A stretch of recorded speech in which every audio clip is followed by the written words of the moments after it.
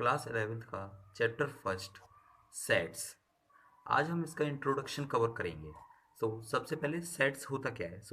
Set is a well defined collection of objects. Set किसी भी list को बोल सकते हैं जो कि एक वेल डिफाइंड कलेक्शन होता है किसी ऑब्जेक्ट्स का। For example, odd number less than 10। तो इसमें 10 से लेस नंबर्स जितने भी ऑड होते हैं वो 1, 3, 5, 7, 9 ये सब मिलाकर एक ऐसी लिस्ट रेडी करते हैं जिसमें ऑड नंबर्स 10 से लेस हों, तो इसे हम सेट बोल सकते हैं। Just like reverse of India, तो इंडिया की जितनी भी रिवर्स होंगी, गंगा, यमुना, सरस्वती एक्सेट्रा, ये सब मिलके सेट्स बनाएंगी। The vowels in the English alphabets के 26 लेटर्स होते हैं, उसमें से 5 वोवल्स होते हैं। तो ये भी मिलकर एक सेट्स बनाएंगे, क्योंकि ये एक वेल डिफाइंड कलेक्शन है कि इनके अलावा कोई और दूसरी चीज़ हो नहीं सकती, यही होंगे। बट अगर हम बात करें कि सेट्स कौन सी चीज़ नहीं होती, तो अगर इसका एक एग्जांपल मैं दूं तो बेस्ट एक्टर्स ऑफ वर्ल्ड, तो ये एक सेट्स नहीं हो सकते, क्योंकि इसमें जो बेस्ट एक्टर्स हैं वो पर्सन टू पर्सन चेंज हो सकते हैं। मेरे लिए बेस्ट एक्टर्स सलमान खान, ऋतिक रोशन हो सकते हैं, बट कोई और हो तो उसके लिए अक्षय कुमार हो सकता है, कोई और भी हो सकते हैं। तो आगे आता है कि सेट्स को हम मैथ्स में कैसे रिप्रेजेंट करते हैं। तो इसके लिए जब हम सेट्स लिखते हैं तो सेट्स में एक लिस्ट रेडी करते हैं। तो लिस्ट में जितने भी ऑब्जेक्ट्स होते हैं, जस्ट लाइक अभी हमने बात करी ऑड नंबर लेस देन 10, 1, 3, 5, 7, 9, तो इनको हम एलिमेंट्स बोलेंगे, मेंबर्स और ग्रुप इनके सिनोनिम्स हैं। अब आगे सेट्स को हम रिप्रेजेंट करते हैं बेसिकली कैपिटल लेटर से, just like A, B, C, dash dash dash, X, Y, Z. और जो एलिमेंट्स होते हैं, एलिमेंट्स को हम स्मॉल लेटर से, like A, B, C, dash dash dash, X, Y, Z. अब सेट्स दो टाइप के होते हैं, मेथड्स ऑफ सेट या टाइप्स ऑफ सेट। तो उसमें से एक होता है रोस्टर और टेबुलर फॉर्म, और दूसरा होता है सेट बिल्डर फॉर्म। तो इन दोनों में डिफरेंस क्या होता है कि रोस्टर फॉर्म में या टेबुलर फॉर्म में जितने भी एलिमेंट्स होते हैं उन सबको लिस्टेड किया जाता है। जैसे कि अगर मैं बोलूँ ऑड नंबर्स के बारे में, तो ऑड नंबर्स को मेरे को यहाँ पे दिखाना पड़ेगा। बट अगर मैं यहाँ पे बात करूँ एलिमेंट सेट बिल्डर फॉर्म के बारे में, तो इसमें कोई भी एक इंग्लिश अल्फ़ाबेट होता है जो पूरे एलिमेंट्स को रिप्रेजेंट करता है, just like X, Y, Z. तो मैं बोल सकता हूँ कि एक्स कोई ऐसा वेरिएबल है जो कि सब टाइप के ऑड नंबर्स को रिप्रेजेंट कर रहा है। चलिए अब इसे थोड़ा एग्जांपल से समझने की कोशिश करते हैं। तो for example, the sets of vowels in English alphabet, तो इसे हम रिप्रेजेंट करेंगे। सबसे पहले तो हमें ध्यान रखना है कि सेट्स को रिप्रेजेंट करने के लिए कैपिटल लेटर लेते हैं। तो यहाँ पे मैंने लिया ए, ये मेरा सेट है।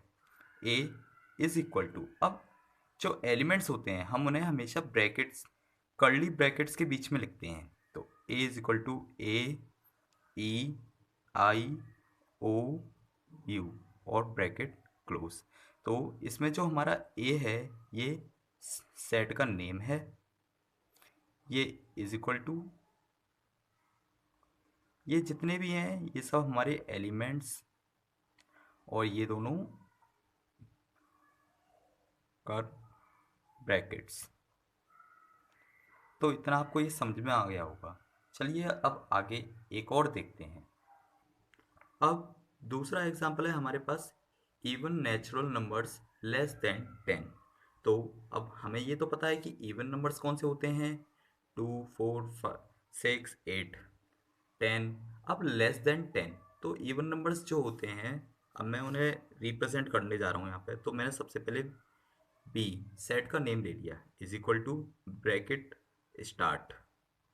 इसमें मैंने 2, 4, 6, सॉरी यहाँ पे 8 एंड ब्रैकेट क्लोज, ये मेरा एक सेट कंप्लीट हो चुका है रोस्टर फॉर्म में या फिर टेबलर फॉर्म में, जिसमें मैं ये दिखाना चाह रहा हूँ कि मेरे पास कोई भी सेट का नाम है बी और उसके जो एलिमेंट्स हैं वो हैं 2, 4, 6 और 8। अब आगे बात करते हैं तीसरे एग्जाम्पल की। तो the sets of all letters in school.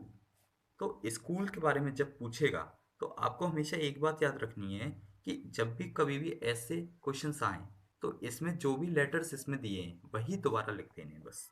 सो मैंने लिखा just like C is equal to bracket open SCH,OL।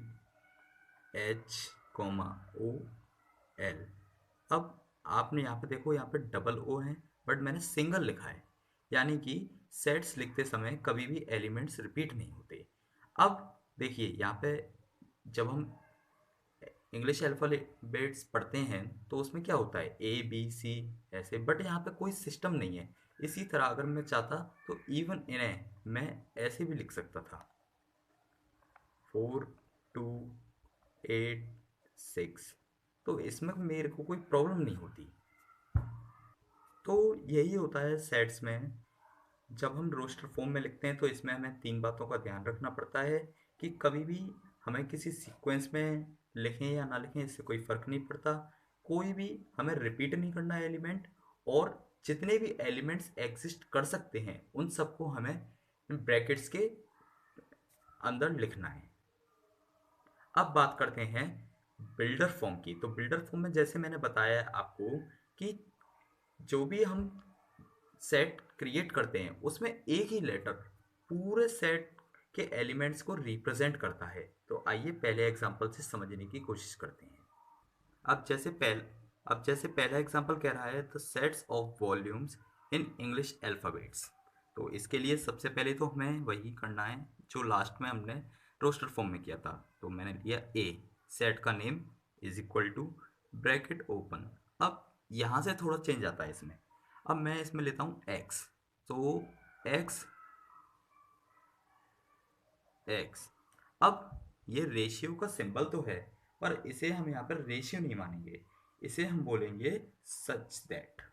यानी कि x हमारा कोई भी वेरिएबल है और जहाँ पे x रिप्रेजेंट कर रहा है इज एन